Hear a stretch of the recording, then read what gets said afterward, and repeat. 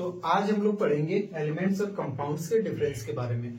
पिछले लेक्चर में हम लोग पढ़े थे कि जैसे कि आप लोग याद करिए, पिछला लेक्चर था कि मैटर का जो नेचर हम लोग पढ़ रहे थे, नेचर ऑफ मैटर, उसको दो भागों में बांटा गया था। किसमें बांटा गया था? तो एक हो गया था आपका फिजिकल नेचर हो गया था और दूसरा क्या हो गया? केमिकल नेचर हो गया था। अब फिजिकल नेचर में, फिजिकल क्लासिफिकेशन में क्या था? मैटर को 3 कैटेगरी में बांटा गया था, सॉलिड, लिक्विड, गैस। भाई चौथा क्या था आपका? प्लाज्मा। और पांचवा क्या था आपका? Bose, Einstein, condensate, BEC. लेकिन अब हम लोग केमिकल क्लासिफिकेशन पढ़ रहे हैं, तो कि केमिकल क्लासिफिकेशन 2 टाइप का होता है सर। पहला तो हुआ भाई प्योर सबस्टांस हुआ, और दूसरा आपका क्या हो गया? मिक्सचर। अब लेकिन प्योर सबस्टांस जो होता है ये फिर 2 प्रकार का होता है, जो कि आपका क्या होता है? एलिमेंट्स, और दूसरा क्या हुआ? कंपाउंड्स। तो हम लोग थोड़ी सी झलकियां देखे थे एलिमेंट्स और कंपाउंड्स को लेकर के प्योर सबस्टांस के बारे में। अब भी आज के अभी क्लास में हम लोग पढ़ेंगे कि एलिमेंट्स और कंपाउंड्स में फर्क क्या होते हैं। अब यहाँ पर देखिए डेफिनेशन मैं यहाँ पर पहले से लिख रखा हूँ, क्या है? It is made up of same kind of particle. जितने भी एलिमेंट्स होते हैं वो एक ही प्रकार के पार्टिकल से मिलकर के बने होते हैं। अब उस पार्टिकल की जगह पर क्या होता है? आपका एटम भी हो सकता है या तो आपके मॉलिक्यूल्स भी हो सकते हैं। मतलब जो भी एटम, जो भी पार्टिकल रहेगा एलिमेंट्स की जगह पर, वो आपके क्या हो सकते हैं? या तो एटम होंगे या तो फिर आपका क्या हो सकता है? मॉलिक्यूल्स हो सकता है। जैसे कि मैं एग्जांपल लेता हूँ, एग्जांपल से क्लियर होगा। मेरे पास है सोडियम, तो सोडियम है तो इतना बड़ा सा मेरे पास सोडियम का भाई टुकड़ा है। अब सोडियम किससे मिलकर के बना होगा? सिर्फ और सिर्फ सोडियम के एटम से मिलकर के बना होगा। क्योंकि अभी हम लोग थोड़े दिन पहले, थोड़े ही पीछे वाले लेक्चर में आप पढ़े होंगे आप लोग कि जितने भी नॉन लिविंग थिंग्स होते हैं वो एटम से मिलकर के बने होते हैं। उनके लिए जो स्मॉलेस्ट बिल्डिंग यूनिट होता है वो आपका क्या होता है? एटम होता है। तो भाई सोडियम है, सोडियम किससे मिलकर के बना होगा? तो ये सब जो दिख रहा है ये सब किसका एटम होगा? सोडियम का एटम होगा। तो यहाँ पर सिर्फ और सिर्फ क्या है? एटम। ये भी सोडियम का एटम, ये भी sodium atom, sodium atom, sodium atom, sodium atom, सारे के सारे, लिटरली सारे के सारे सोडियम एटम ही होंगे। मतलब सोडियम है। अब जाहिर सी बात है, मेरे पास सोडियम है तो किसका एटम होगा? सोडियम का एटम होगा। मान लेते हैं मेरे पास मैग्नीशियम है, मैग्नीशियम है तो फिर किसका एटम होगा? मेरे पास कुछ न्यू रहेगा इस प्रकार से यहाँ पर, तो ये किसका एटम होगा? मैग्नीशियम का एटम्स होगा। यानी कि जो भी होगा वो उसी का एटम होगा। तो जितने भी एलिमेंट्स होते हैं वो सेम काइंड ऑफ पार्टिकल से मिलकर के बने होंगे, या तो एटम होंगे उसके लिए या तो मॉलिक्यूल्स। पिछला लेक्चर फिर से याद करिए। सोडियम ये तो एलिमेंट है, बट किस फॉर्म में है? ये आपका एटम के फॉर्म में है, एटम के फॉर्म में। जबकि यहाँ पर मैंने लिख रखा है ऑक्सीजन, भाई 1 से ज्यादा नंबर है। ये ऑक्सीजन, ऑक्सीजन के अलावा दूसरा कोई भी और चीज नहीं है, तो ये क्या होगा? आपका एलिमेंट होगा। लेकिन यहाँ पर इसमें ऑक्सीजन का नंबर ज्यादा है, तो ये एलिमेंट तो है बट किस फॉर्म में है? आपका मॉलिक्यूल के फॉर्म में। यहाँ पर उसी तरह मैं ले रहा हूँ P4, P stand for phosphorus. तो यहाँ पर फास्फोरस, ये सिर्फ और सिर्फ फास्फोरस है, इसके अलावा कोई दूसरा एलिमेंट नहीं है, तो ये एलिमेंट हुआ। बट ये एलिमेंट किस फॉर्म में? मॉलिक्यूल के फॉर्म में। यानी कि एलिमेंट जो होते हैं 2 फॉर्म में रह सकते हैं, 2 फॉर्म में एग्जिस्ट कर सकते हैं। Either it could be atom और आइदर इट कुड बी आपका मॉलिक्यूल। तो या तो एटम के फॉर्म में होंगे या तो मॉलिक्यूल के फॉर्म में होंगे। तो एलिमेंट्स जो भी होते हैं वो सेम काइंड ऑफ पार्टिकल से मिलकर के बने होते हैं, दैट हैव एटम्स या तो मॉलिक्यूल्स। अब जैसे कि यहाँ पर ऑक्सीजन लीजिए तो O2 लीजिए, तो ऑक्सीजन किससे मिलकर के बना होगा? सिर्फ ऑक्सीजन के मॉलिक्यूल से। ये P4 लीजिए, फास्फोरस, ये किसके मॉलिक्यूल से मिलकर के बना होगा? फास्फोरस के मॉलिक्यूल से। ठीक है। अब अगर यहाँ पर हम लोग देखते हैं कंपाउंड्स के बारे में, तो कंपाउंड में मैंने क्या लिख रखा है? It is made up of when 2 or more elements chemically combined। अब सीधा इसको ऐसे याद रखिएगा, अगर कोई, यदि कोई एलिमेंट बिल्कुल अकेला है, एलोन है, आइसोलेटेड है, तो उसको हम लोग क्या कहेंगे? एलिमेंट। यदि कोई चीज बिल्कुल अकेला है तो उसको हम लोग क्या कहेंगे? एलिमेंट के फॉर्म में। बट अगर वही चीज 2 चीज हो गया, ठीक है, मतलब वही 2 चीज हो गया। जैसे कि एग्जांपल यहाँ पर लीजिए, 2 एलिमेंट होंगे, H2O लेते हैं, तो यहाँ पर आपको कौन कौन सा एलिमेंट देखने को मिल रहा है? पहला तो आपका क्या हो गया?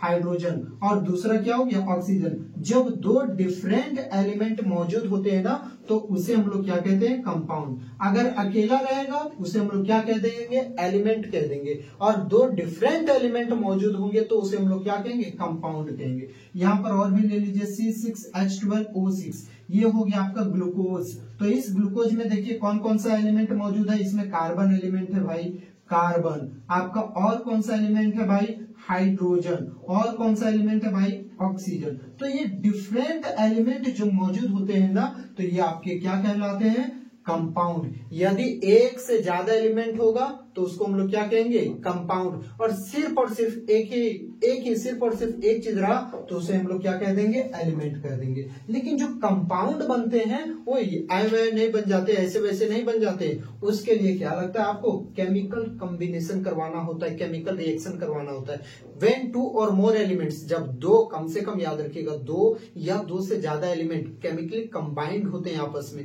तब जाकर के आपका क्या बनता है भाई कंपाउंड बनता है। जैसे कि यहाँ पर एग्जांपल में ले लीजिए हाइड्रोजन प्लस ऑक्सीजन। तो हाइड्रोजन और ऑक्सीजन यहाँ पर कितने एलिमेंट हुए, ये तो एलिमेंट है बट किस फॉर्म में है मॉलिक्यूल के फॉर्म में, ऑक्सीजन एलिमेंट है बट किस फॉर्म में मॉलिक्यूल। तो यहाँ पर दो एलिमेंट केमिकली कंबाइंड होंगे और यहाँ पर आपका क्या बनाएगा H2O बनाएगा। तो it is made of when two or more elements chemically combined, जब दो या दो से ज्यादा एलिमेंट क्या होते हैं केमिकली कंबाइंड होते हैं तब जाकर के आपका कहीं कंपाउंड बनता है। कार्बन प्लस ऑक्सीजन ले लीजिए CO2 कार्बन डाइऑक्साइड, तो यहाँ पर भी कितने एलिमेंट हुए दो या दो से ज्यादा एलिमेंट भी हो सकते हैं, तब जाकर के आपका क्या बनेगा यहाँ पर कंपाउंड बनेगा। तो आप इसे जल्दी से स्क्रीनशॉट ले लो। अब देखिए यहाँ पर भाई सेकेंड पॉइंट हम लोग लिखना चाहेंगे तो क्या लिख सकते हैं हम लोग, it can not be broken down, या तो सेपरेट भी लिख सकते हैं, it can not be broken down into simpler substances हम लोग बोल सकते हैं कि इसे हम लोग सिंपलर फॉर्म में हम लोग तोड़ नहीं सकते हैं। अब सर क्यों नहीं तोड़ सकते हैं, तो यहाँ पर एग्जांपल आप ले लो भाई, फिर से वही एग्जांपल में कंसीडर करता हूँ, सोडियम हो गया भाई। तो सोडियम भी किससे मिलकर के बना होगा, सोडियम के एटम से। अब तो हम लोग इतने बार इसको रिवाइज कर चुके हैं कि अब तो याद नहीं हो गया होगा भाई। ये सोडियम एलिमेंट है तो सोडियम एलिमेंट किसका एटम से मिलकर के बना होगा, सोडियम एटम से। ये सब के सब ये सारे के सारे किसके एटम हो गए, ये सारे के सारे आपका सोडियम के एटम हो गए। अब यहाँ पर क्या हो सकता है, क्या बच्चा भाई यहाँ पर देखो सोडियम को अगर हम लोग तोड़ेंगे, इस एटम को तोड़ेंगे, अगर इस सोडियम को हम लोग तोड़ते हैं तो क्या मिलेगा, फाइनली सोडियम ही मिलेगा, या फिर उसके अलावा दूसरा में कुछ मिल सकता है क्या, नहीं। कोई नया सब्सटेंस का प्राप्ति हो रहा है क्या, बिल्कुल नहीं प्राप्ति हो रहा है। तो यानी कि आप जो भी एलिमेंट होता है उस एलिमेंट को तो आप ब्रोकन डाउन कर ही नहीं सकते, सोडियम को नहीं तोड़ सकते, हाइड्रोजन को आप ब्रोकन डाउन नहीं कर सकते सिंपलर रूप में। हाइड्रोजन है तो सिर्फ वहां पर हाइड्रोजन है, तो क्या आप उसे तोड़ करके क्या आप उसको तोड़ सकते हो, या फिर क्या आप उसे तोड़ करके कुछ नया सब्सटेंस प्राप्त कर सकते हो क्या, बिल्कुल नहीं प्राप्त कर सकते। मेरे पास मैग्नीशियम है तो मैग्नीशियम को अगर हम चाहेंगे ब्रोकन डाउन करके सिंपल सब्सटेंस के रूप में तोड़ना तो बिल्कुल हो सकता है क्या, बिल्कुल भी नहीं हो सकता। यानी कि टूटेगा कौन भाई, टूटेगा वही जो जुड़ा रहेगा, अलग अलग एलिमेंट के बीच में बॉन्डिंग बना रहेगा, तब उसको हम लोग तोड़ सकते हैं। अब एक ही एलिमेंट है तो उसको आप कैसे तोड़ोगे, कोई एक आदमी है तो अगर आप चाहोगे कि नहीं मैं तुम्हें तोड़ के रख दूंगा तो भाई वो कहां से टूटेगा, वो पहले से एक ही आदमी है। लेकिन जब दो आदमी है अगर उसको तोड़ना चाहेंगे तो हाँ वैसा स्थिति में वैसा केस में क्या हो सकता है, टूट सकता है। तो इसमें कौन टूट सकता है, कंपाउंड टूट सकता है या फिर एलिमेंट, बिल्कुल सही बात, एलिमेंट बिल्कुल अकेला होता है तो एलिमेंट को हम लोग तोड़ नहीं सकते हैं। यानी कि it can not be broken down into simpler substances. लेकिन इसमें हम लोग क्या लिख सकते हैं, it can be broken down, it can be broken down into simpler substances. इसे हम लोग सिंपलर सब्सटेंस में तोड़ सकते हैं, सिंपलर सब्सटेंसेस, इसे सिंपलर सब्सटेंस में तोड़ सकते हैं, बट ऐसे वैसे नहीं, by chemical method. Chemical method का यूज करके, केमिकल मेथड का यूज करके अगर चाहेंगे तो हम लोग कंपाउंड को तोड़ सकते हैं। फिर से वही एग्जांपल लेते हैं, मेरे पास है H2O, यहाँ पर हाइड्रोजन ऑक्सीजन, ये जो वाटर का मॉलिक्यूल है, क्या इसको हम लोग तोड़ सकते हैं, तो बिल्कुल तोड़ सकते हैं। इलेक्ट्रोलिसिस करवाना होगा, यानी कि केमिकल मेथड का सहारा लेना होगा। जब पानी में हम लोग इलेक्ट्रोलिसिस करवाएंगे, इलेक्ट्रिक करंट दौड़ाएंगे, तो तो हाइड्रोजन गैस अलग हो जाएगा और यहाँ पर ऑक्सीजन गैस अलग हो जाएगा। तो ये जो कंपाउंड हुआ, इस कंपाउंड में कौन कौन सा एलिमेंट मौजूद था भाई? हाइड्रोजन और ऑक्सीजन। तो इस हाइड्रोजन और ऑक्सीजन को हम लोग तोड़ दिए, किसमें? हाइड्रोजन और ऑक्सीजन में तोड़ दिए हैं। ये जो वाटर का मॉलिक्यूल है, इसमें जो हाइड्रोजन और ऑक्सीजन था, इसको हम लोग सेपरेट कर दिए, अलग कर दिए by the use of chemical method. अब सर फिजिकल मेथड का यूज करके हम लोग कर सकते हैं क्या? जैसे कि भाई मेरे पास पानी है, तो पानी को गर्म करेंगे तो क्या बनेगा? वेपर बनेगा। लेकिन वेपर का भी पता है केमिकल फॉर्मूला H2O ही होता है, तब तो वो आपका टूटा ही नहीं ना। वहां पर भी वाटर का भी केमिकल फॉर्मूला H2O ही था, वेपर बनने के बावजूद भी H2O ही रहा। तो यहाँ पर क्या आपका जो कंपाउंड में हाइड्रोजन और ऑक्सीजन एलिमेंट था, क्या वो हाइड्रोजन ऑक्सीजन एलिमेंट सेपरेट हुए? क्या नहीं। एक काम करते हैं भाई, उस वाटर को हम लोग ठंडा कर देते, बहुत ठंडा आइस बना देते, तो क्या वो टूटेगा? बिल्कुल भी नहीं, क्योंकि आइस का भी केमिकल फॉर्मूला आपका क्या होता है? H2O ही होता है। ठीक है, तो यानी कि हम लोग जो भी कंपाउंड होता है उसे तो हम लोग तोड़ सकते हैं, सिंपल सब्सटेंस में उसे हम लोग ब्रेक डाउन कर सकते हैं, बट किसका यूज करके? By chemical method, not physical method. Physical method का यूज करके हम लोग तोड़ नहीं सकते हैं। एग्जाम्पल तो मैंने यहाँ पर दे दिया हुआ है। तीसरा पॉइंट और हम लोग क्या लिख सकते हैं इसमें कि देयर आर टोटल अभी तक कितने एलिमेंट्स हुए हैं? तो there are total 118 elements in our periodic table. हमारे जो पीरियोडिक टेबल है उसमें total in our periodic table, हमारे पीरियोडिक टेबल में टोटल कितने एलिमेंट्स है? 118 एलिमेंट है। लेकिन भाई पूछेगा कंपाउंड कितने सारे हैं? बहुत सारे। कंपाउंड कितने सारे? अरे भाई इतना सारा कंपाउंड है, एंडलेस कंपाउंड है, मतलब उसका हम लोगों को ज्ञात नहीं है, काउंटलेस, एंडलेस है। तो यहाँ पर क्या लिखेंगे? There are endless compound. यहाँ पर एंडलेस कंपाउंड है, कोई कंपाउंड का फिक्स नंबर नहीं है। जैसे कि 118 एलिमेंट है, अगर 118 एलिमेंट में से कौन एलिमेंट किससे रिएक्ट कर रहा है? 2 3 4 5 6 एलिमेंट, 2 एलिमेंट, 3 एलिमेंट आपस में रिएक्ट कर रहे हैं, फिर वो कंपाउंड बना रहे हैं, फिर वो कंपाउंड आपस में रिएक्ट कर रहे हैं, अलग कंपाउंड बना रहे हैं। तो ये तो सोचने वाली ही बात है कि कंपाउंड का कोई फिक्स नंबर नहीं है कि कितने होते हैं। अब क्या होता है, जितने भी एलिमेंट होते हैं इट रिप्रेजेंट, या तो हम लोग बोल सकते हैं दे आर रिप्रेजेंटेड बाय, किससे हम लोग इसे रिप्रेजेंट करते हैं? तो बाय सिंबल से रिप्रेजेंट करते हैं। एज लाइक, जैसे कि आप एग्जांपल समझिए भाई, मेरे पास है सोडियम, तो सोडियम का सिंबल क्या हो गया? Na। अब पूछोगे भाई सोडियम का सिंबल तो Na हुआ, लेकिन इसका होना चाहिए था S, या तो S हो। तो सोडियम जो होता है लैटिन लैंग्वेज से कंसीडर किया गया, उसका मतलब होता है नेट्रियम, तो यहाँ पर उसका आपका सिंबल क्या आ गया? Na। लेकिन इसका क्या होता है? आपका एक फॉर्मूला होता है, दे आर रिप्रेजेंटेड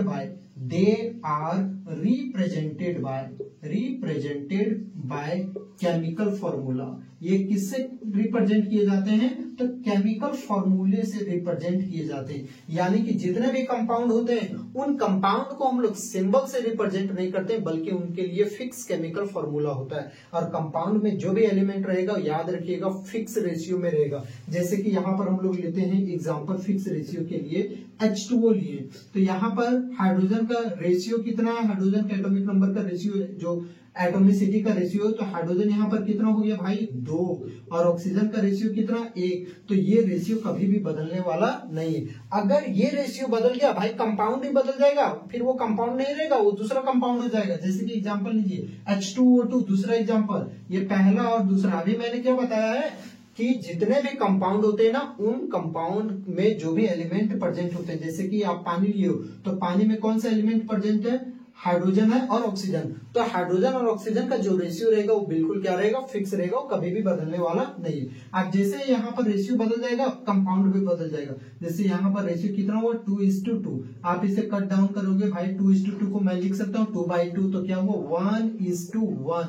तो यहाँ पर 1:1, यहाँ पर 2:1। ये जो फॉर्मूला हुआ, ये किसका फॉर्मूला हुआ? वाटर का। और जबकि ये जो H2O2 का फॉर्मूला हुआ भाई, ये पता है वाटर नहीं रहा, ये हो गया हाइड्रोजन पर ऑक्साइड। ये अलग ही चीज बन गया, एक अलग चीज हो गया। आप इसे पी सकते हो, आप इसे पी नहीं सकते हो, सीधा खत्म। मतलब समझिए कि जो भी कंपाउंड होते हैं, उस कंपाउंड में जो भी एलिमेंट प्रेजेंट होते हैं, उन एलिमेंट का जो नंबर होता है, रेशियो होता है, वो बिल्कुल फिक्स होता है। उसके एटॉमिसिटी के आधार पर भी फिक्स होता है, साथ में उसके मास का भी रेशियो फिक्स होता है। आप इसे जल्दी से स्क्रीनशॉट ले लीजिए।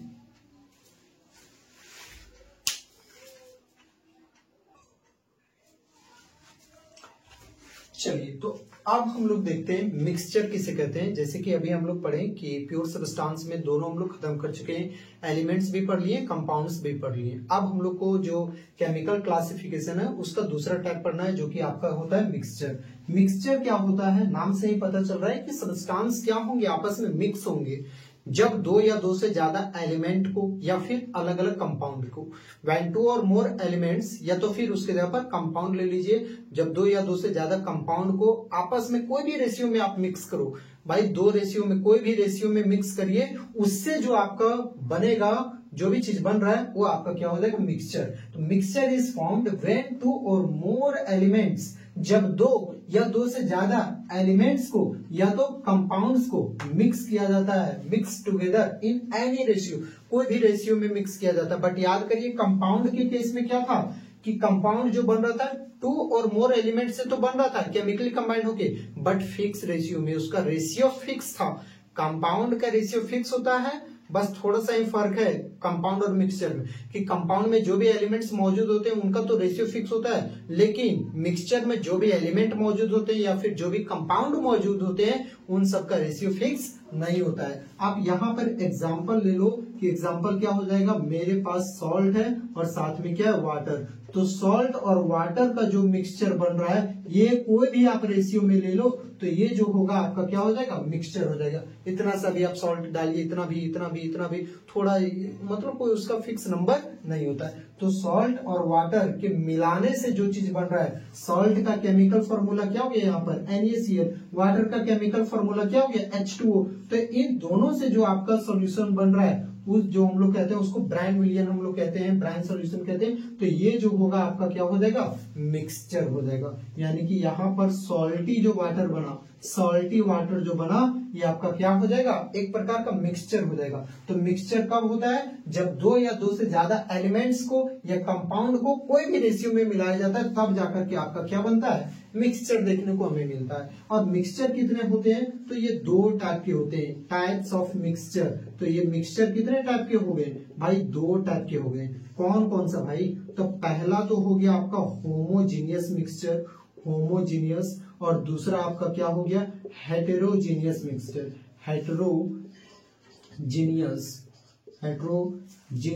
मिक्सचर। अब होमोजीनियस मिक्सचर में क्या होगा कि जो भी कंपाउंड रहेगा ना, जो भी उसमें या तो एलिमेंट्स रहेंगे, वो यूनिफॉर्मली डिस्ट्रीब्यूटेड रहेंगे पूरा का पूरा मिक्सचर में। जो भी आपका बन रहा है उस पूरे कंपोजिशन, जो उसका जो भी कंपोजिशन है वो यूनिफॉर्मली डिस्ट्रीब्यूटेड रहेंगे। यहाँ पर हम लोग क्या लिख सकते हैं, ऑल कंपोजिशन यूनिफॉर्मली डिस्ट्रीब्यूटेड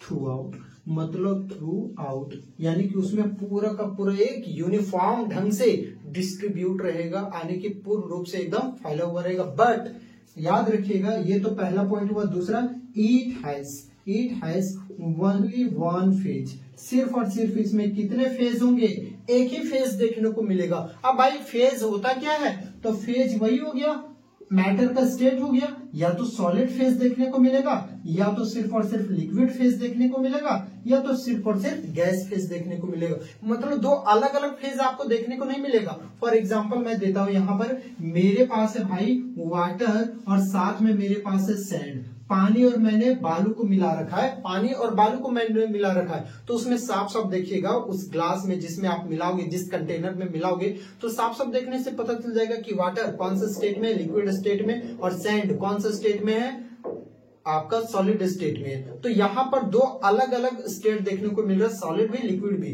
तो यानी कि उसमें कितने फेज हुए, दो फेज हुए, और जिसमें दो या दो से ज्यादा फेज आपको देखने को मिल जाएगा ना, वो आपका क्या हो जाएगा, नॉन होमोजीनियस मिक्सचर, यानी कि वो चला जाएगा हेटेरोजीनियस मिक्सचर में। जबकि जिसमें एक ही फेज देखने को मिलेगा, सिर्फ और सिर्फ एक फेज, तो उसको हम लोग क्या कहेंगे, वो एक प्रकार का होमोजीनियस मिक्सचर हुआ। तो होमोजीनियस मिक्सचर में क्या होते हैं कि जितने भी उसका कंपोजिशन होता है वो पूरा का पूरा क्या होता है, यूनिफॉर्मली डिस्ट्रीब्यूटेड होते हैं। All composition are uniformly distributed throughout, पूरे विलियन में पूरा जो भी एक कंटेनर होता है उसमें आपका जो भी कंपाउंड लिए हैं, जो भी एलिमेंट लिए हुए हैं उसके भीतर में घोले हुए वो यूनिफॉर्मली डिस्ट्रीब्यूटेड है।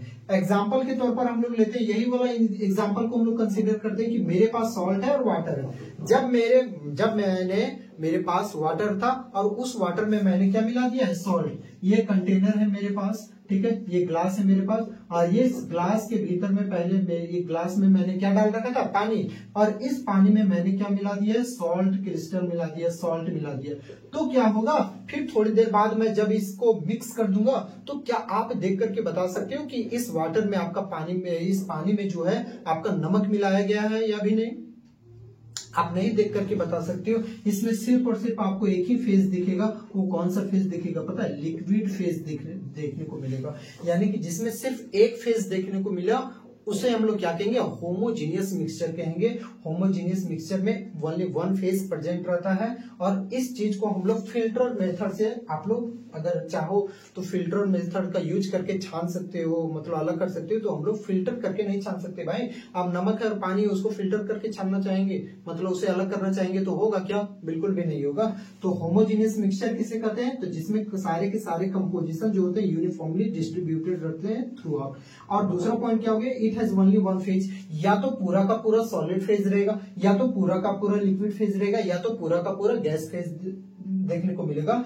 दो फेज कभी भी कंबाइंड रूप से देखने को नहीं मिलेगा। किसमें, आपका होमोजीनियस मिक्सचर में। तो होमोजीनियस मिक्सचर था, इसका जो मैं यहाँ पर ही लिख दे रहा हूँ, इसका होमोजीनियस मिक्सचर का एग्जांपल क्या क्या हो गया, सॉलिड के टाइप में ही लीजिए। तो जितने भी सारे एलॉयज हो गए, एलॉयज यानी कि मिश्र धातु, जितने सारे एलॉयज हो गए वो सारे के सारे किसमें आ जाएंगे, आपका होमोजीनियस मिक्सचर में आ जाएंगे। आपका एग्जांपल लेते हैं हम लोग, एलॉयज का एग्जांपल लेते हैं, जैसे कि स्टेनलेस स्टील ले लीजिए, स्टेनलेस स्टील। आप स्टील को देखिएगा तो स्टील दो चीजों से मिलकर के बना होता है भाई, आयरन और कार्बन, ये दोनों को मिलाइएगा ना तब जाकर के आपका क्या बनता है, स्टेनलेस स्टील बनता है। मतलब आप आयरन को भी मिला रहे हो और कार्बन को भी, लेकिन क्या आप स्टील में कभी देख करके बता सकते हो कि इतना दूर तक आयरन है और इतना दूर तक कार्बन है, इतना दूर तक आयरन है, इतना दूर तक कार्बन है? बिल्कुल नहीं पता चल सकता है ना, क्योंकि वो पूरा का पूरा एक समान रूप से क्या होता है, डिस्ट्रीब्यूटेड रहता है। उसमें आप देख करके पता नहीं लगा सकते हो। तो ये जो हुआ आपका होमोजीनियस मिक्सचर हुआ। तो एलॉय जो हुआ होमोजीनियस मिक्सचर हुआ, वो भी किस फेज का हुआ, सॉलिड फेज का हुआ। अगर हम लोग लिक्विड फेज का हम लोग देखते हैं तो जैसे कि आप ले लीजिए शुगर प्लस वाटर ले लीजिए, शुगर और वाटर, इन दोनों को मिलाने पर मेरे पास क्या बनता है भाई, शरबत बनता है। शुगर और वाटर को मैं मिलाऊंगा तो क्या बनेगा, शरबत। आप जैसे ही मैंने वाटर में शुगर घोला है, पानी में चीनी घोला है, तो क्या आप उसे देख करके बता सकते हो कि उस पानी में चीनी घोला भी गया है या फिर नहीं? बिल्कुल नहीं। वहां पर सिर्फ आपको एक ही फेज देखने को मिलेगा, वो भी किसका फेज देखने को मिलेगा, लिक्विड फेज देखने को मिलेगा। ठीक है, तो ये जो आपका हुआ वो क्या हुआ, लिक्विड फेज का, ये होमोजीनियस मिक्सचर का लिक्विड फेज का एग्जांपल हो गया।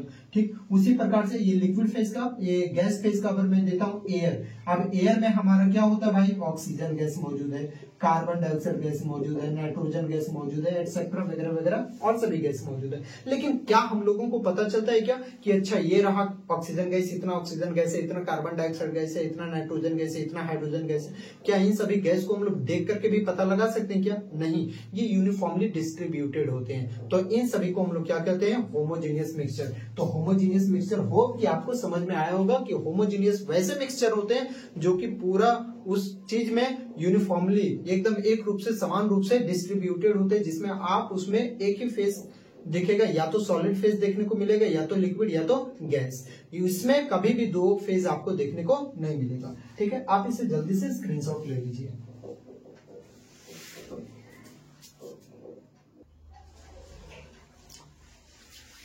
चलिए, अब मैंने डेफिनेशन यहाँ पर बोर्ड पर लिख रखा हुआ है, एक बार मैं पढ़ देता हूँ और आपको समझा देता हूँ।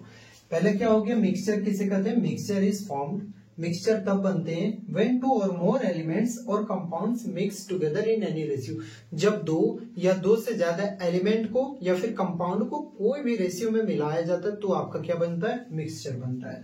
मिक्सचर कितने टाइप के हो सकते हैं, दो टाइप के हो सकते हैं, एक तो होमोजीनियस, दूसरा हेट्रोजीनियस। होमोजीनियस मिक्सचर किसे कहते हैं, जिसमें उसका कंपोजिशन पूरा का पूरा एक समान रूप से डिस्ट्रीब्यूटेड रहता है, फैला रहता है, जिसमें आप देख के बता ही नहीं सकते हो कि उसमें लिटरली 2 कंपाउंड हो या फिर 2 एलिमेंट्स है या फिर 2 सब्सटेंस है। आप देख करके ही नहीं बता सकते हो, आपको देखने से लगेगा कि उसमें सिर्फ और सिर्फ एक ही सब्सटेंस है। और होमोजीनियस मिक्सचर में आपको सिर्फ एक फेज देखने को मिलता है, आइदर इट कुड बी या तो पूरा का पूरा सॉलिड फेज देखने को मिलेगा, या तो लिक्विड फेज, या तो गैस फेज। कभी भी 2 फेज आपको देखने को नहीं मिलेगा।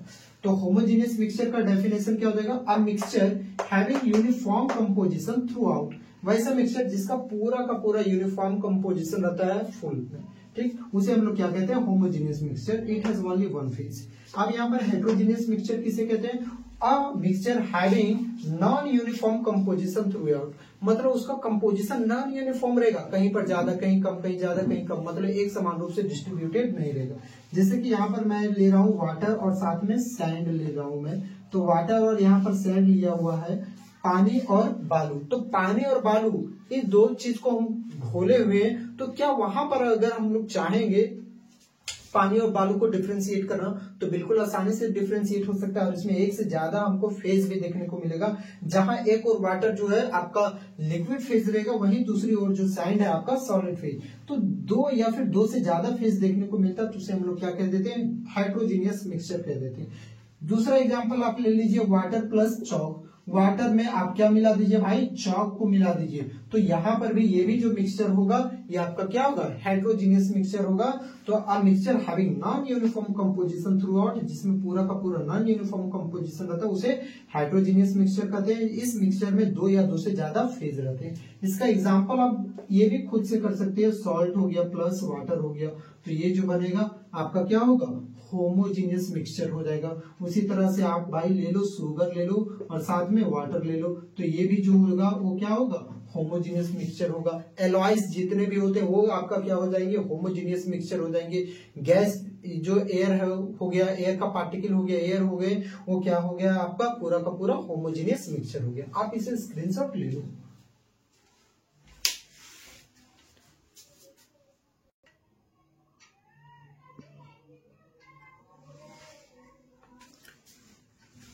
चलिए अब हम लोग पढ़ते हैं भाई, बहुत ज्यादा इंपॉर्टेंट टॉपिक है, यहाँ से आपका और ज्यादा इंपॉर्टेंट बन जाता है चैप्टर। ये तो अभी जो आप लोग पढ़े ये क्लास 9th का हुआ, ये भी कुछ कुछ हिस्सा क्लास 9th का ही है। इससे जैसे जैसे हम लोग चैप्टर में आगे जाएंगे वैसे वैसे आपको कुछ ज्यादा अनुभव देखने को मिलेगा, आप ज्यादा एक्सपीरियंस कर पाओगे इस चैप्टर में। तो अभी का जो टॉपिक है हमारा एटॉमिसिटी ऑफ अ मॉलिक्यूल। अब मॉलिक्यूल को हम लोग कहते हैं, तो मॉलिक्यूल एलिमेंट के फॉर्म में भी रह सकते हैं या तो मॉलिक्यूल कंपाउंड। जैसे कि यहाँ पर हम लोग पढ़िए एलिमेंट्स, और दूसरा यहाँ पर हम लोग क्या लिख रहे हैं, एक और मैं लिख रहा हूँ कंपाउंड्स। तो इस एलिमेंट के लिए जो बिल्डिंग यूनिट होता है, कोई भी एलिमेंट का जो बिल्डिंग यूनिट होता है वो क्या होता है आपका एटम्स होता है, जबकि कंपाउंड्स का जो बिल्डिंग यूनिट होता है वो आपका क्या होता है, मॉलिक्यूल्स होता है। होप समझ में आया होगा कि जो भी एलिमेंट होते हैं उस एलिमेंट का बिल्डिंग यूनिट, एलिमेंट भाई लिटरली किससे मिलकर के बने होते हैं, तो एलिमेंट मिलकर के बना होता है एटम से, जबकि कंपाउंड को अगर देखा जाए ना तो कंपाउंड किससे मिलकर के बने होते हैं, ये बने होते हैं मॉलिक्यूल से। तो अभी हम लोग क्या पढ़ेंगे, एटॉमिसिटी ऑफ अ मॉलिक्यूल। लेकिन ये जो मॉलिक्यूल रहते हैं, याद करिए मॉलिक्यूल 2 रूप में एग्जिस्ट कर सकता है सर। एलिमेंट्स में 2 रूप में था, एक एलिमेंट 2 रूप में एग्जिस्ट कर सकता था, एक एटम के रूप में और दूसरा किसके फॉर्म में, मॉलिक्यूल के फॉर्म में। एलिमेंट 2 रूप में एग्जिस्ट कर सकता था, जैसे कि यहाँ सोडियम एटम हो गया, मैग्नीशियम एटम हो गया, कैल्शियम एटम हो गया, तो ये अकेला अकेला एटम के फॉर्म में। ऑक्सीजन मॉलिक्यूल ले लीजिए, हाइड्रोजन मॉलिक्यूल ले लीजिए, आपका क्लोरीन मॉलिक्यूल ले लीजिए, फास्फोरस मॉलिक्यूल ले लीजिए, ओजोन मॉलिक्यूल ले लीजिए। तो ये सारे के सारे एलिमेंट ही हुए, ये सारे के सारे क्या है, एलिमेंट है। लेकिन भैया ये सब के सब एलिमेंट किस फॉर्म में है, मॉलिक्यूल के फॉर्म में। अब कंपाउंड का मॉलिक्यूल भाई ले लो, मान लेते हैं यहाँ पर कंपाउंड H2O वाटर, तो वाटर के लिए सबसे स्मॉलेस्ट यूनिट क्या होगा, H2O मॉलिक्यूल होगा।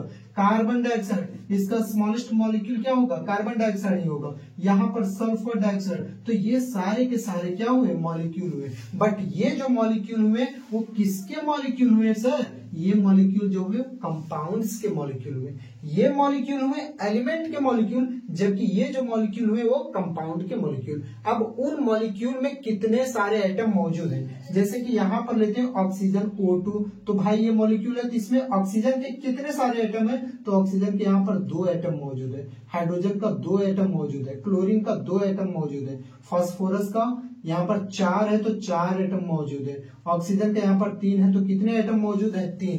तो हम लोग अभी का टॉपिक है एटॉमिसिटी ऑफ अ मॉलिक्यूल, कि एक मॉलिक्यूल के भीतर में कितने सारे एटम प्रेजेंट है, ये हम लोगों को काउंट डाउन करना है। चलिए, होप कि आपको समझ में कुछ आया होगा, और नहीं तो अभी आगे क्लियर हो ही जाएगा। तो क्या होता है यहाँ पर, the total number of atoms present in a molecule is called atomicity of a molecule. उसे हम लोग एटॉमिसिटी ऑफ अ मॉलिक्यूल, एक मॉलिक्यूल का एटॉमिसिटी कहते हैं, परमाणुकता कहते हैं, यानी कि एक मॉलिक्यूल में टोटल जितने सारे एटम प्रेजेंट रहेंगे उसे हम लोग क्या कहेंगे, एटॉमिसिटी। एक और मैं लिख रहा हूं यहाँ पर मॉलिक्यूल लिख रहा हूं मैं, और दूसरी ओर मैं यहाँ पर उसका क्या लिख रहा हूं, एटॉमिसिटी में लिख रहा हूं। अब यहाँ पर देखो भाई, O2 ये ऑक्सीजन है, ये क्या हो गया आपका, ऑक्सीजन हो गया। यहाँ पर मेरे पास है ऑक्सीजन, ये लिया है मैंने फर्स्ट नंबर पर O2 ऑक्सीजन। तो यहाँ पर सामने में कितना है, सामने में कुछ नहीं है भाई, तो कुछ नहीं तो समझ जाओगे आप कि कितना होगा, 1 होगा। अगर सामने में कुछ भी नहीं रहता है तो समझ जाओगे 1। तो यहाँ पर ऑक्सीजन का एटम कितना है, यहाँ पर 2, और सामने में कितना है 1, तो 2 एकम 2, तो इसका एटॉमिसिटी कितना निकला, 2।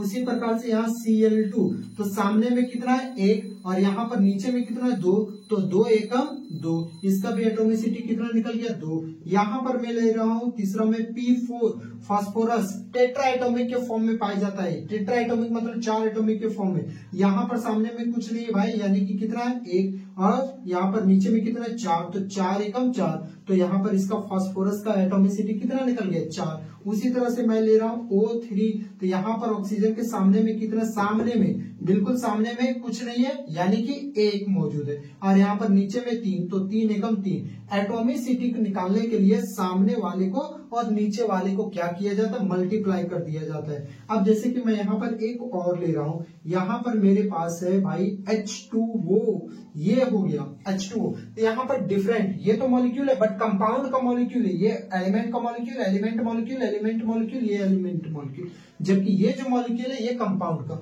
अब यहाँ पर दो अलग अलग एलिमेंट है, यहाँ पर हाइड्रोजन एलिमेंट है और ऑक्सीजन। तो इसका एटॉमिसिटी निकालना है, तो सबसे पहले यहाँ पर क्या करेंगे, देखेंगे कि यहाँ पर कितना है, तो कुछ नहीं है, तो भाई कितना मौजूद होगा, 1 मौजूद होगा।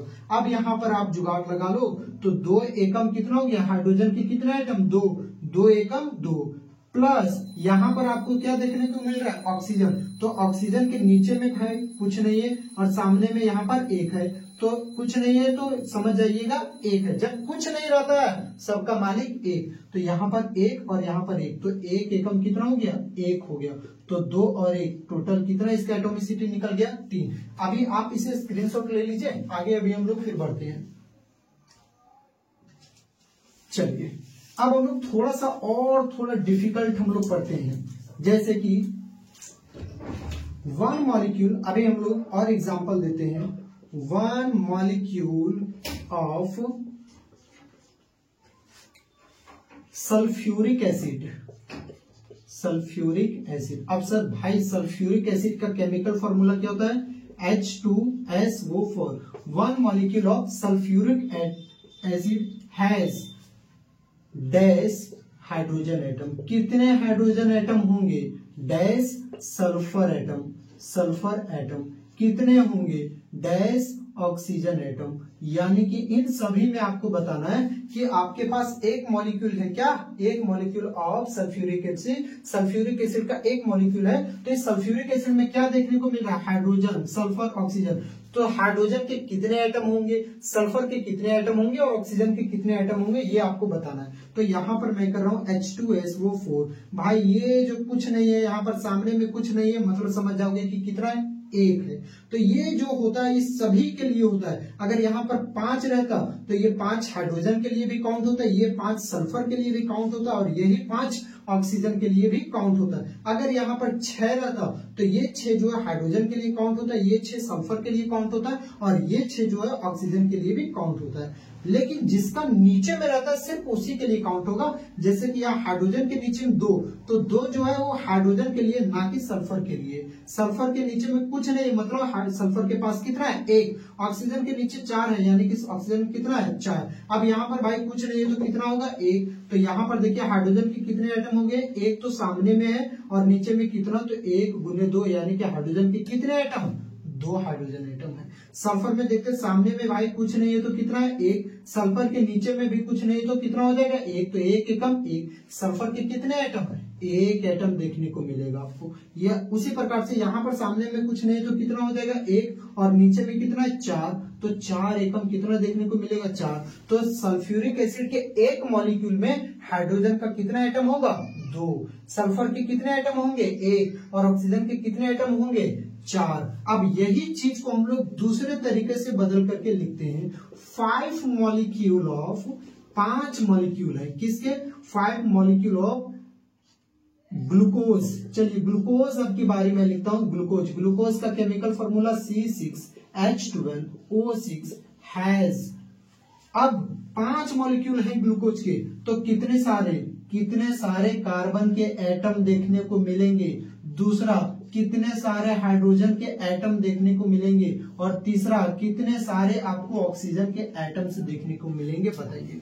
तो ग्लूकोज का केमिकल फॉर्मूला क्या होता है, इसको हम लोग रफ साइड में पहले कर लेते हैं। मैं यहाँ पर रफ साइड बना रहा हूँ। ग्लूकोज का केमिकल फॉर्मूला C6H12O6, C6H12O6 हो गया। लेकिन यहाँ पर कितना मॉलिक्यूल बोला है 5। अब याद करिए जो सामने वाला है भाई, सामने वाला जो सभी के लिए रहता है, ये जो 5 है कार्बन के लिए भी है, हाइड्रोजन के लिए एज वेल एज ऑक्सीजन के लिए भी है। तो हमको कार्बन का नंबर निकालना है। तो भाई सामने में कितना 5 और कार्बन के नीचे में कितना लटक रहा है 6, तो यानी कि कार्बन के कितने एटम हो गए 5 6 30, यानी कि 30 एटम हो गए कार्बन के। ठीक उसी प्रकार से आपको हाइड्रोजन का निकालना है। तो सामने में कितना दे रखा है 5 और यहाँ पर हाइड्रोजन के नीचे में 12, तो 12 बचे 60 हो गए हाइड्रोजन के एटम। ऑक्सीजन के अगर हमको निकालना होगा तो 5 तो हो गया और यहाँ पर ऑक्सीजन के नीचे में कितना लटक रहा है 6, तो 5 6 के 30, तो 30 ऑक्सीजन के एटम हो गए। तो होप के आप सभी कोई निकालने के लिए आप लोग सीख गए होंगे। अगर सीख गए होंगे तो कुछ यहाँ पर आप लोग घर के लिए कुछ होमवर्क लिख लीजिए। 3 मॉलिक्यूल्स ऑफ HCl। HCl का 3 मॉलिक्यूल में कितना एटम होगा, 4 मॉलिक्यूल्स ऑफ आपका NaNO3 सोडियम नाइट्रेट। उसी तरह से 5वें नंबर पर 10 मॉलिक्यूल होगा, 10 मॉलिक्यूल ऑफ सुक्रोज, यानी कि C12H22O11।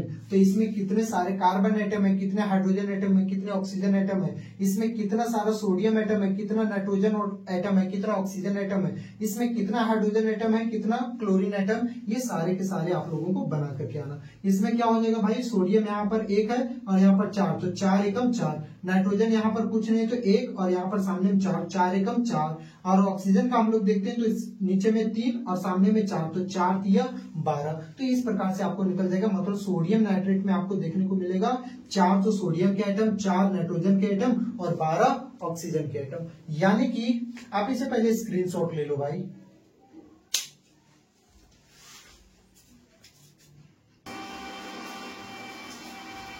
चलिए अब हम लोग पढ़ते हैं, एक ट्रिक है आप लोगों के लिए।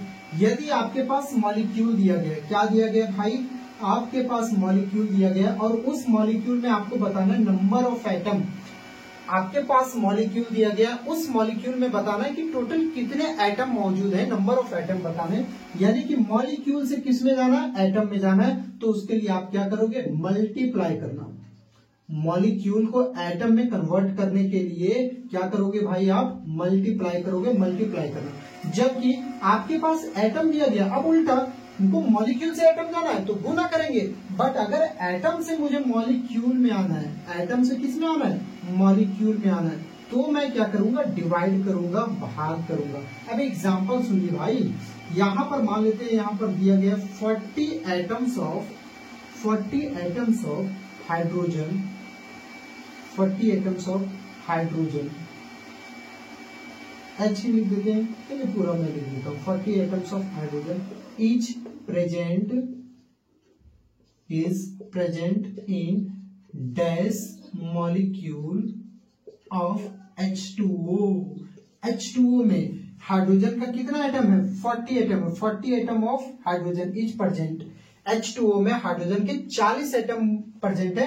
तो फिर बताइए उसमें H2O का मॉलिक्यूल का नंबर क्या होगा। अब यहाँ पर देखो भाई, तो यहाँ पर टोटल कितना एटम दिया हुआ है, 40 एटम्स दिया हुआ है, ठीक। लेकिन किसका पूछा हुआ है, हाइड्रोजन का पूछा हुआ है ना। तो हाइड्रोजन का एटम कितना हुआ है, 2। तो मैं इसे कितने से डिवाइड कर दूंगा, 2 से। तो 2 और 40 को काट दो, आपका कितना निकल जाएगा, 20। तो 20 मॉलिक्यूल में, यानी कि इसका आंसर कितना निकला, 20 मॉलिक्यूल में आपका टोटल, अगर हम लोग लेते हैं 20 मॉलिक्यूल ऑफ H2O, तो देखिए 40 आता है कि नहीं हाइड्रोजन का, देखिए तो 20 इंटू 2, 20 मल्टीपल 2 हम लोग करेंगे तो कितना होगा, 22 जा 40 आ गया। ठीक उसी प्रकार से एक और हम लोग पढ़ते हैं, एक और समझते हैं हम लोग। दूसरा अगर हम लोग लिखते हैं 140 एटम्स, ये तो 120 लिखते हैं, 120 atoms of carbon, 120 atoms of carbon is present in dash molecule of glucose, dash molecule of glucose. अब ग्लूकोज का केमिकल फॉर्मूला C6H12O6 बोल रहा है कि 120 कार्बन एटम प्रेजेंट है, 120 कार्बन के एटम प्रेजेंट है किसमें, ग्लूकोज में। तो बताइए फिर ग्लूकोज में कितने मॉलिक्यूल होंगे। यदि ग्लूकोज में कार्बन के टोटल 120 एटम प्रेजेंट है, तो फिर बताइए उस फिर ग्लूकोज का मॉलिक्यूल क्या होगा। तो यहाँ पर टोटल एटम कितना, अब हमें कहाँ जाना, एटम दिया गया है, एटम से हमें कहां पर जाना, मॉलिक्यूल। एटम से मॉलिक्यूल जाना तो हम लोग क्या करेंगे, डिवाइड। तो टोटल कितना आइटम दिया गया, 120 एटम दिया गया है, और डिवाइड किससे करेंगे, तो यहाँ पर कार्बन का एटम कितना हो गया, 6। तो डिवाइड कर दो, 6 2 जा 12, 0, यानी कि 20 मॉलिक्यूल इसका भी निकल गया। ठीक उसी प्रकार से 120 एटम दिया हुआ है, यहाँ उसी प्रकार से 120 एटम्स लिख दिया रहता, 120 एटम्स ऑफ हाइड्रोजन, 120 एटम है किसके, हाइड्रोजन के, in present in dash molecule of glucose. तो हम लोग क्या करते हैं, तो टोटल कितने, देखिए यहाँ पर एटम है, यहाँ पर क्या दिया गया है, एटम, और इस एटम से आपको क्या जाना है भाई, मॉलिक्यूल में जाना है। तो 120 एटम लेंगे, लेकिन यहाँ पर हाइड्रोजन का नंबर कितना है, हाइड्रोजन का नंबर है 12, तो 12 दहे 120, यानी कि फिर यहाँ पर कितना हो जाएगा, 10 हो जाएगा। कुछ इस प्रकार से हम लोग बनाने का प्रयास करेंगे।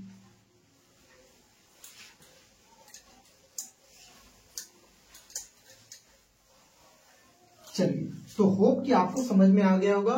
हमें क्या समझ में आया कि यदि हमें किसी मॉलिक्यूल में उसका एटॉमिसिटी पूछता है, उसका एटम नंबर पूछता है कि उस मॉलिक्यूल में कितने सारे एटम है, तो मॉलिक्यूल से एटम में जाने के लिए हम लोग क्या करेंगे, मल्टीप्लाई करेंगे। जबकि अगर उस एटम में पूछेगा कि उस एटम में उसकी कितने सारे मॉलिक्यूल हैं, उस चीज में कितने सारे मॉलिक्यूल हैं, तो उसके लिए हम लोग एटम को क्या करेंगे, उसके नंबर से हम लोग क्या कर देंगे, डिवाइड कर देंगे, तो आपका फिर निकल जाएगा कितने सारे मॉलिक्यूल हैं। अब नेक्स्ट क्लास में हम लोगों को पढ़ना है, जो नेक्स्ट क्लास होगा भाई वो होगा, नेक्स्ट क्लास वो होगा आपका रिप्रेजेंटेशन ऑफ एटम। आप एक एटम को कैसे रिप्रेजेंट कर सकते हो, कैसे हम लोग एलिमेंट को, एटम हो गया या तो एलिमेंट हो गए, रिप्रेजेंटेशन ऑफ एलिमेंट ही लिखो भाई आप, कि एलिमेंट को हम लोग कैसे रिप्रेजेंट करते हैं। जैसे कि यहाँ पर देखिए सोडियम हो गया, तो सोडियम का एटॉमिक नंबर यहाँ पर हम लोग कैसे रिप्रेजेंट किए, सोडियम को एन ये से रिप्रेजेंट किए, एटॉमिक नंबर 11 हुआ, एटॉमिक मास 23 हुआ। मैग्नीशियम है तो मैग्नीशियम को हम लोग कैसे रिप्रेजेंट किए, Mg से रिप्रेजेंट किए, atomic number 12, atomic mass 24। Iron है मेरे पास भाई, तो आयरन को हम लोग Fe से रिप्रेजेंट किए, इसका एटॉमिक नंबर हो गया 26, एटॉमिक मास हो गया 56। तो हम लोग कैसे रिप्रेजेंट करेंगे, ये हमारा नेक्स्ट क्लास का टारगेट रहेगा, रिप्रेजेंटेशन ऑफ एटम।